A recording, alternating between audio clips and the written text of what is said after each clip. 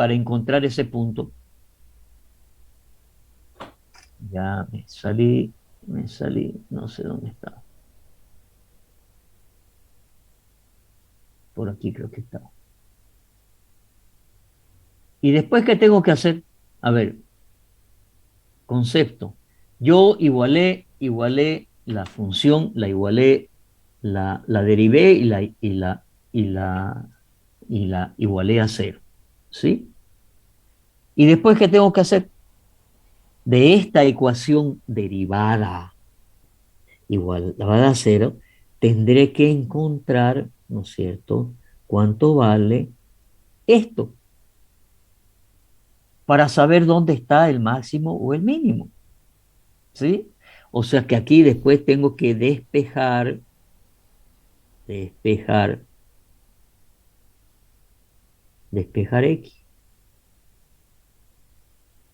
Listo. Ese es el concepto de derivada, por si, por si no sabían. ¿Sí? Voy a borrar esto. Espero que hubieran entendido. ¿Qué es la derivada? Por eso se dice que la derivada es la pendiente a la curva. Y si yo quiero saber dónde hay un máximo o dónde hay un mínimo, lo que tengo que hacer es trazar que esa pendiente sea igual a cero.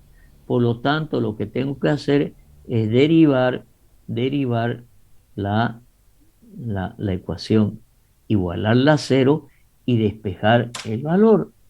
Por lo tanto, si ahora volvemos a nuestras ecuaciones, yo tendré que derivar el y' respecto de alfa, igualarlo a cero y despejar alfa. ¿Sí? Entonces, si ustedes se fijan acá, eso es lo que se ha hecho.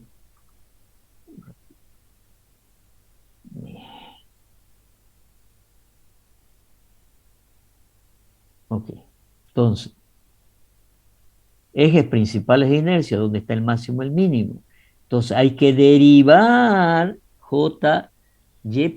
o jz', cualquiera de estos dos. ¿Sí? ¿Por qué? Porque si nosotros nos fijamos, tenemos el jz y el jy. ¿Sí? El jz y el jy. El jz' y el jy'. Cualquiera de los dos, ¿no es cierto?, se va a modificar en función de alfa. Entonces, uno de estos con respecto a uno de estos ejes va a ser máximo y con respecto al otro eje va a ser mínimo. Entonces, puedo derivar cualquiera de estas dos ecuaciones, el jy' y el jz'. En este caso, está derivando el jz' lo igual a cero. Derivando la correspondiente expresión de jz', la derivada de jz' respecto de alfa para un ángulo alfa 1 será igual, bueno, supongo que saben derivar, tampoco les voy a enseñar a derivar, ¿no es cierto?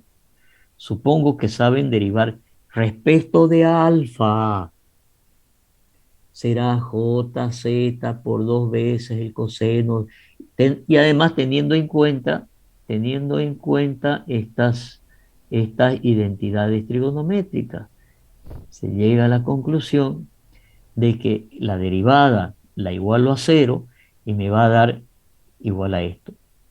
Pero el, el, este valor de acá tengo que igualarlo a cero. Ahora fíjense que aquí tengo 2 seno de alfa coseno de alfa. Y aquí tengo 2 seno de alfa coseno de alfa. Entonces aquí está sacando factor común seno de 2 alfa. ¿Por qué? Porque seno de alfa por coseno de alfa es seno de 2 alfa. Factor común de jy, jz, ¿no es cierto? Menos 2 veces jzy, ¿no es cierto? Por el coseno de 2 alfa. Bueno, tampoco les voy a enseñar identidades trigonométricas, ¿sí? Reemplazando todo esto, ¿sí? Tengo que despejar la variable. ¿Cuál es la variable? Alfa. Por lo tanto, se llega a la conclusión, agarren papelito y lápiz, hagan identidades trigonométricas y se llega a la conclusión que tangente de 2 alfa 1 ¿Por qué 2 alfa 1? Porque estoy derivando respecto a un ángulo alfa 1. Tangente de 2 alfa 1 va a ser igual a 2 veces JZY dividido JZ menos JY menos JZ. No se olviden que no se olviden que estamos partiendo de que conocemos JZ, conocemos JY y conocemos JZY. Por lo tanto, ese ángulo alfa va a ser el arco tangente, ¿no es cierto?, de 2 alfa 1, arco tangente de 2JZY menos JY menos JZ. Esto de aquí es alfa.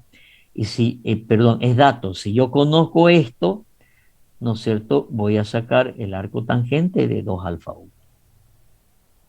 Y me va a dar, ¿no es cierto?, que uno de esos ejes voy a encontrar, ¿no es cierto?, para ese ángulo alfa, ¿no es cierto?, uno de estos, para ese ángulo alfa que encuentre, uno de ellos será donde el momento de inercia es máximo y el otro donde el momento de inercia es mínimo.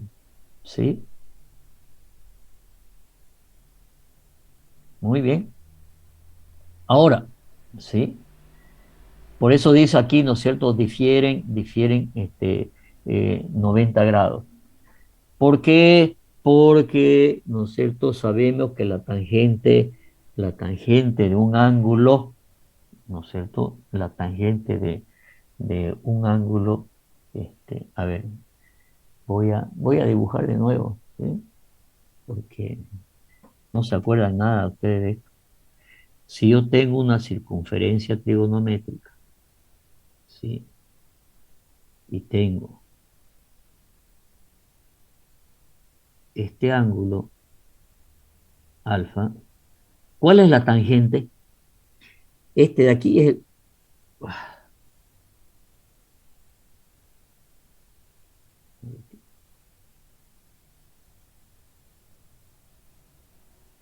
este de aquí es el seno, ¿no es cierto? Este de aquí es el coseno. ¿Y cuál es la tangente? ¿Cuál es la tangente? La tangente es el lado adyacente por el lado opuesto sobre adyacente. No, yo sé que el lado opuesto sobre hacia adyacente, pero ¿dónde dibujo la tangente? Este segmento de aquí es el seno. Este segmento de aquí es el coseno. ¿Cuál es el segmento dibujado que es la tangente? La parte inclinada. No, no. Jóvenes, estamos hablando de cuarto medio secundario. ¿Dónde dibujo la tangente?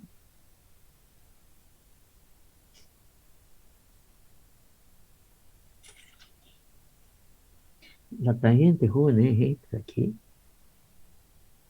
Por eso se llama tangente. Pues tangente a la curva del círculo, la tangente es esta de aquí. Este valor de aquí es la tangente. Este valor de aquí es el seno y este valor de aquí es el coseno. Ahora, si yo tuviera, voy a dibujar otra circunferencia trigonométrica, ¿sí? Si yo tengo esta tangente trigonométrica y ahora tengo un ángulo como este, o sea, este ángulo, ¿sí? ¿Cuál es la tangente?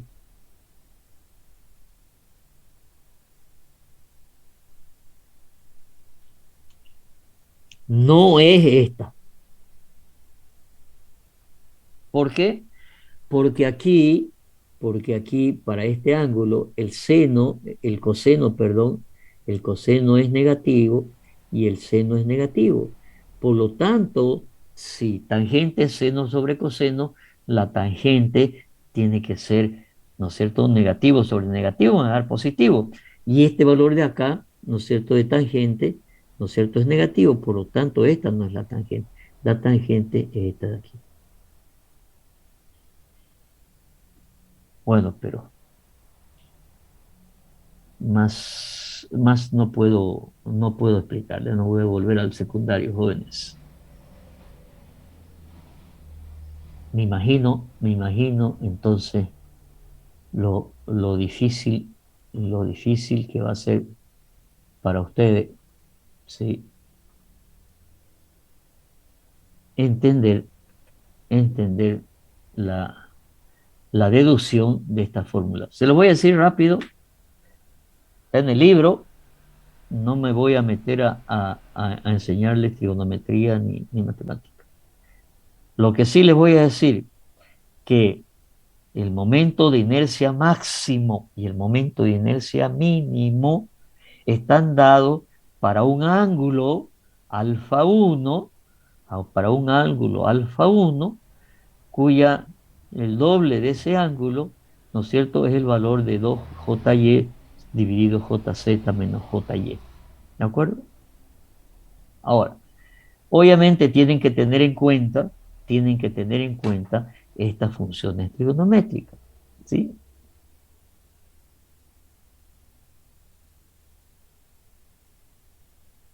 Y ahora, a este ángulo, a este valor de tangente de 2 alfa 1, lo reemplazo en la ecuación que derivé, ¿no es cierto? En otras palabras, lo voy a reemplazar el tangente de 2 alfa 1, o sea, alfa la voy a reemplazar en esta función de acá, que es la que derivé jz'.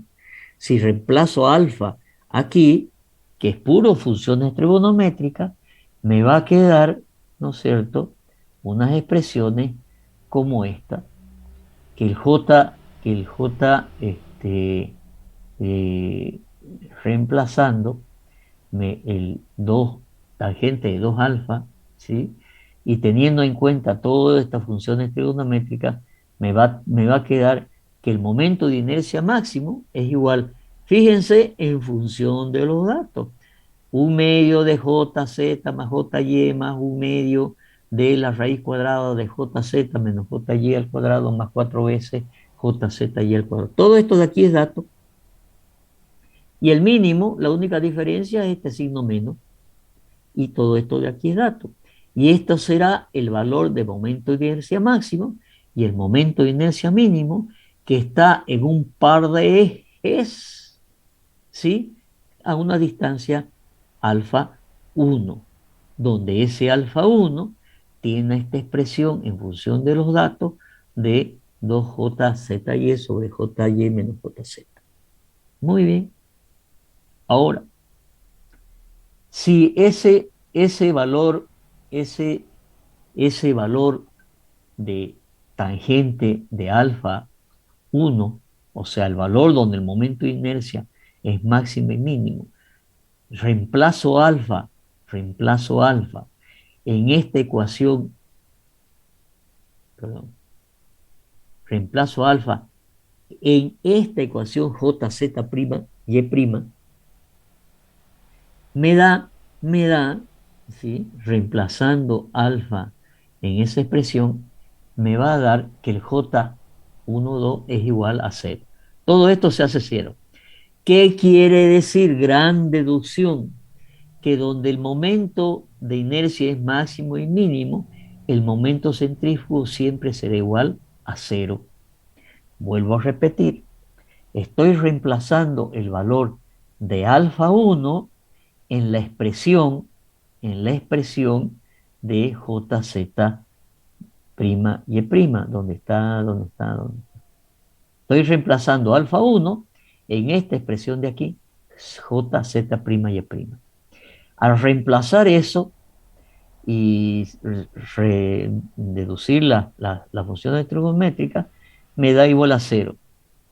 Conclusión, el momento centrífugo de una superficie con respecto a un par de ejes, donde son momentos de inercia máximo y mínimo, es igual a 0. ¿Sí? Muy bien. Ahora yo quiero saber de esta ecuación, en el momento centrífugo ahora, cuál es la posición de los ejes para que el momento centrífugo sea máximo o mínimo. ¿Qué tendría que hacer? Tendría que derivar la ecuación de JZ' Y' respecto de alfa nuevamente. Entonces derivo acá, ¿sí? Con respecto a un ángulo alfa 2. Y lo igualo a 0 y vuelvo a despejar alfa. Y me da que 2 tangente de 2 alfa 2 es igual a JZ, perdón, JY menos JZ sobre 2JZY. ¿Qué es este alfa 2? Este alfa 2 es donde el momento centrífugo es máximo o mínimo. Y fíjense cuál es la relación que existe entre alfa 1 y alfa 2. Alfa 1, alfa 1 es 2JZY sobre JY menos JZ. En cambio el otro es la inversa, en valor negativo, JY menos JZ sobre 2JZY. Por lo tanto, la relación que existe entre el alfa 1 y el alfa 2 es que es la inversa uno del otro. Y esto quiere decir trigonométricamente que ese par de ejes, esos dos pares de ejes están, ¿no es cierto?, separados 45 grados. ¿Qué quiere decir? Lo dibujo acá. Voy a dibujar. Voy a dibujar. A ver. Si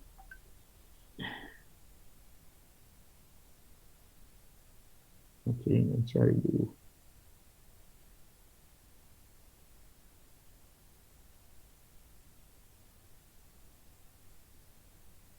Si yo tengo este par de ejes XY del cual partí, XY, y ahora sucede que me da que el momento de inercia máximo y mínimo están girados un ángulo alfa 1. O sea, esto es alfa 1, donde el momento de inercia es máximo y el momento de inercia es mínimo, ¿sí? Con respecto a este eje alfa 1, ¿no es cierto? El momento de inercia es máximo, es mínimo. Respecto de uno va a ser máximo, respecto de otro va a ser mínimo. Ahora, ¿dónde están el par de ejes que tienen momento centrífugo máximo y mínimo? Según esta ecuación, esos dos ángulos están separados 45 grados. ¿Por qué? Eso es matemática y trigonometría básica. Por lo tanto, entre ese par de ejes, ¿sí? Este otro par de ejes, ¿sí? Donde el momento centrífugo es máximo y mínimo, ¿sí?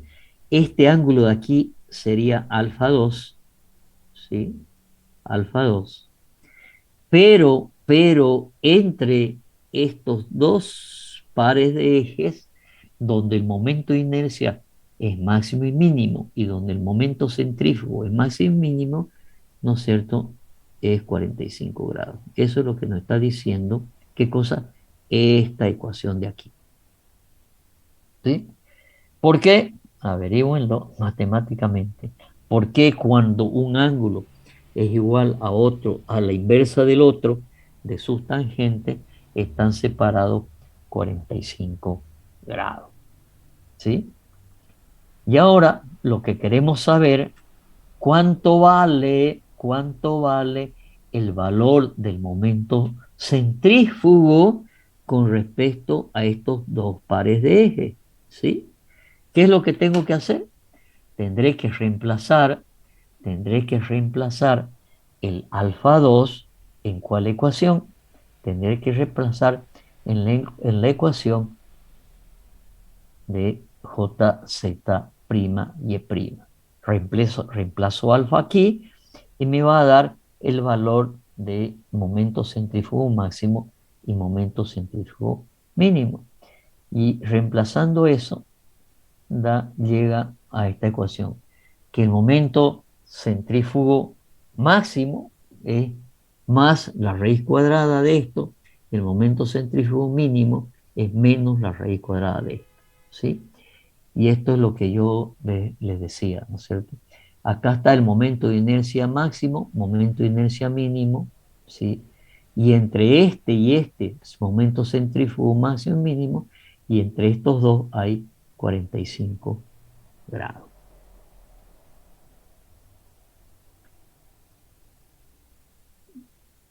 Obviamente que si ustedes no entienden la matemática y la trigonometría, parecería que todo esto es chino. Pero bueno, léanlo, repítanlo y este,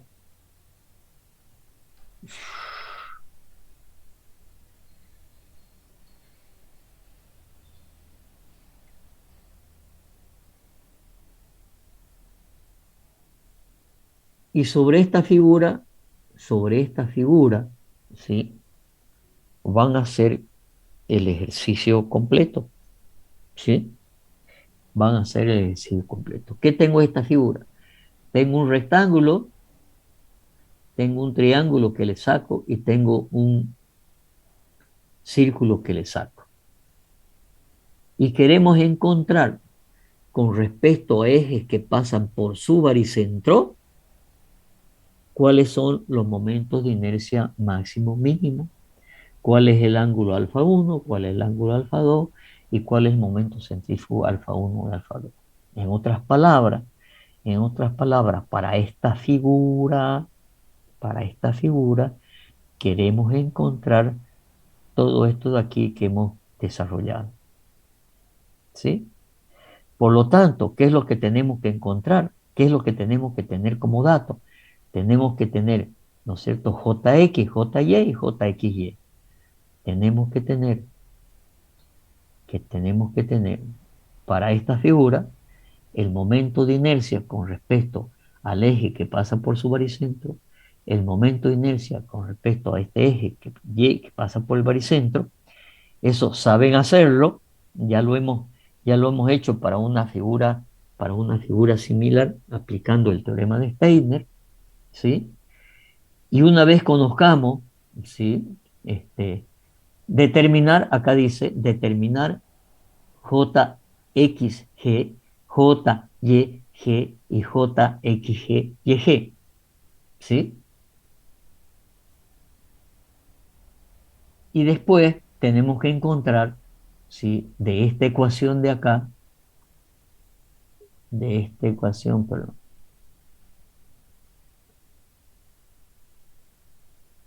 en función de esos tres valores que encuentren, van a tener que encontrar con los valores J, de JZ, JY y JZY con respecto al eje que pasan por el baricentro, van a tener que encontrar el JX', el JY', el JX'Y'. Aplicando esta ecuación, ¿sí? Aplicando esta ecuación, ¿de acuerdo? Van a tener que encontrar 2 alfa 1 en función de los datos, van a tener que encontrar cuánto vale, ¿no es cierto? J máximo y J mínimo en función de los datos que tengan, van a tener que encontrar, ¿sí? Alfa 2 y en función de alfa 2 van a encontrar cuánto vale el momento centrífugo máximo y mínimo. O sea, todo lo de estas ecuaciones lo van a encontrar para un par de ejes que pasa por el baricentro. ¿Sí?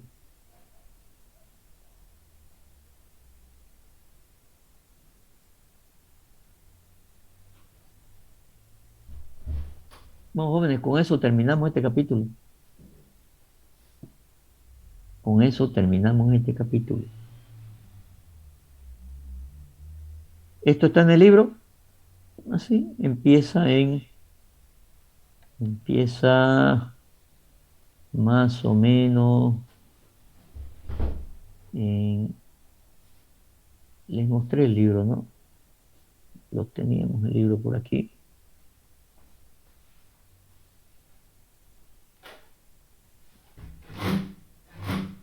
la figura 4.28. Y estas son las, está en el capítulo 4, ¿sí? Se lo mostré hace rato. Si quieren que lo veamos.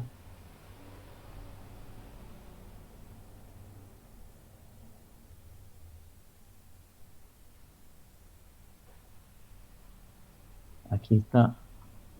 Esto empieza en el capítulo Momentos de inercia. No, no, está acá.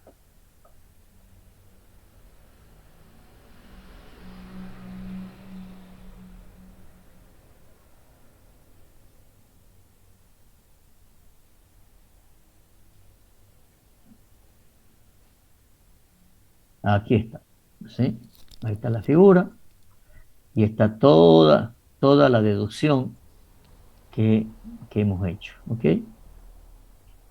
Lo miran de ahí, lo estudian de ahí, esos son los ejes principales de inercia.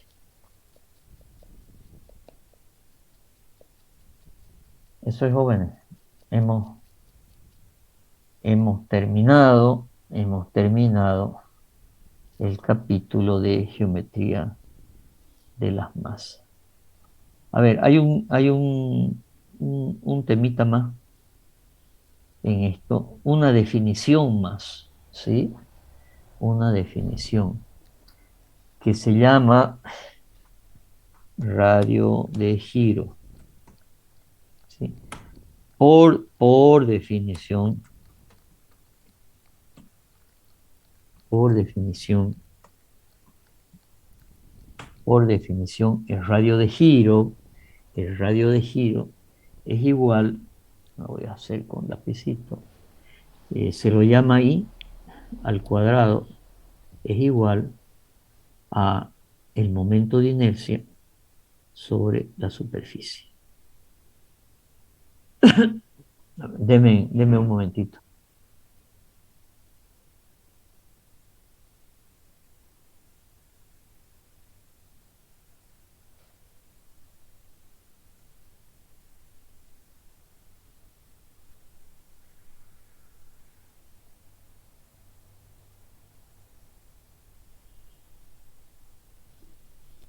Entonces decía que si tenemos una superficie cualquiera y tenemos un eje X, yo sé cuánto vale JX y sé cuánto vale la superficie. Por definición, el radio de giro es igual al momento de inercia con respecto a ese eje, o sea, el radio de giro con respecto a este eje X va a ser igual al cuadrado, va a ser igual a JX sobre F. En otras palabras, ¿no es cierto? El radio de giro aquí va a ser igual a la raíz cuadrada, ¿sí? De JX sobre F. ¿De acuerdo? ¿Para qué sirve el radio de giro? O sea, es otro valor por definición, ¿sí? Y recuerdan que les hice varias veces el ejercicio, ¿no es cierto? Con la regla que si yo a este elemento, yo le pongo una fuerza y lo comprimo, ¿sí? Este elemento puede doblarse, ¿sí? Y habíamos visto con el ejemplo de la regla que si este elemento era más chico, ¿no es cierto? No lo podía doblar, pero si era más largo, sí lo podría doblar, ¿sí? Por lo tanto, ¿no es cierto? Eso es lo que se llama, eso es lo que se llama pandeo.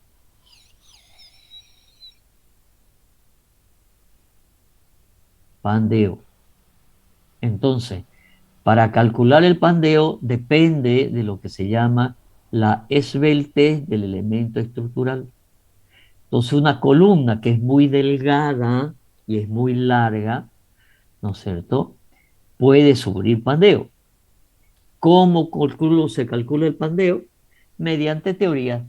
la teoría de Euler, la teoría de Texmayer, eso van a ver en resistencia de materiales, ¿sí?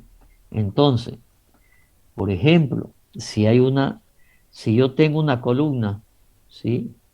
Una columna que es muy esbelta, ¿sí? Muy larga, ¿sí? La relación del menor lado respecto a la longitud, ¿sí?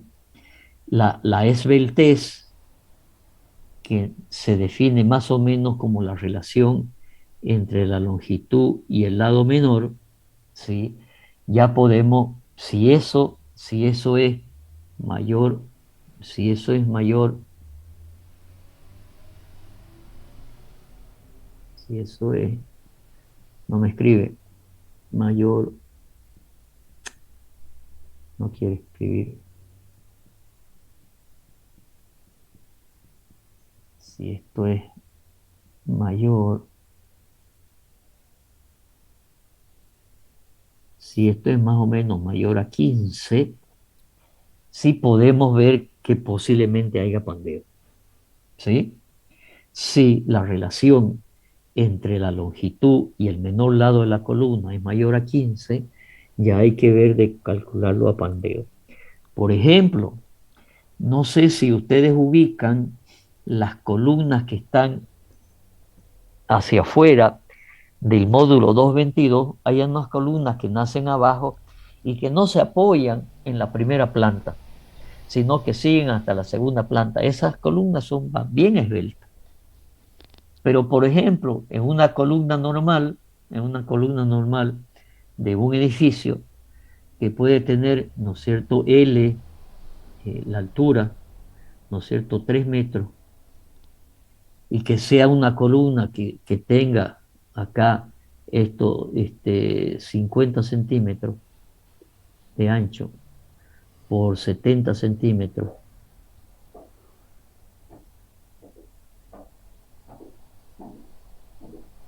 Sí, el lado menor es 50.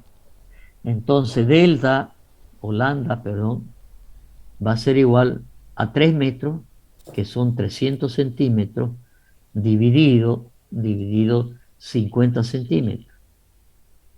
¿Y esto cuánto me da? Esto me da 6. Por lo tanto, no es mayor que 15. Seguro que no hay pandeo, porque va a haber una restricción al pandeo, porque entre piso y piso de las columnas hay una losa